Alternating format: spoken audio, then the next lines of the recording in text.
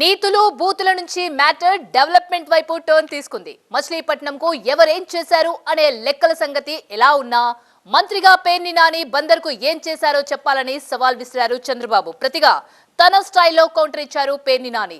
దశాబ్దాలు కాదు శతాబ్దాల చరిత్రను చూసుకున్న బందర్ అభివృద్ధిలో తన మార్క్ ఉంటుందన్నారు ఆయన.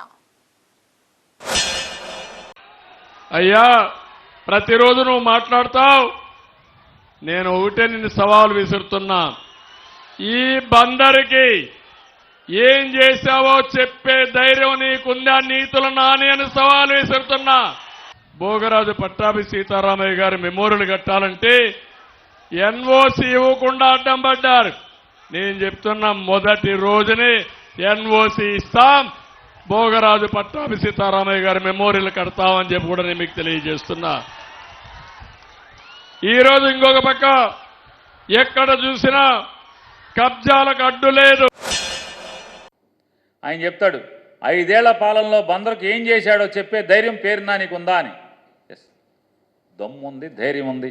5 ఏళ్లలో నేనేం చేశాను, జగన్మోహన్ రెడ్డి నాయకత్వంలో మచిలీపట్నానికి ఏం చేశానో దమ్ముగా చెప్పే ధైర్యం ఉంది. కృష్ణా జిల్లాకి దశాబ్దాలుగా కూడా కాదు, శతాబ్దాలుగా కృష్ణా జిల్లా ముఖ్య కేంద్రంగా మసిలినటువంటి వెలిగినటువంటి మచిలీపట్నానికి పూర్వ వైభవాన్ని తీసుకొచ్చేటువంటి ఏ పనైనా చేసింది పేర్ని నానినే. నాడు రాజశేఖర రెడ్డి గారి హయాంలో కానీ లేదా ఈనాడు జగన్మోహన్ రెడ్డి గారి నాయకత్వంలో కానీ బందరికి పూర్వ వైభవాన్ని తీసుకొచ్చేటువంటి ప్రతి పని పేర్ని నాని తీసుకొచ్చాడు.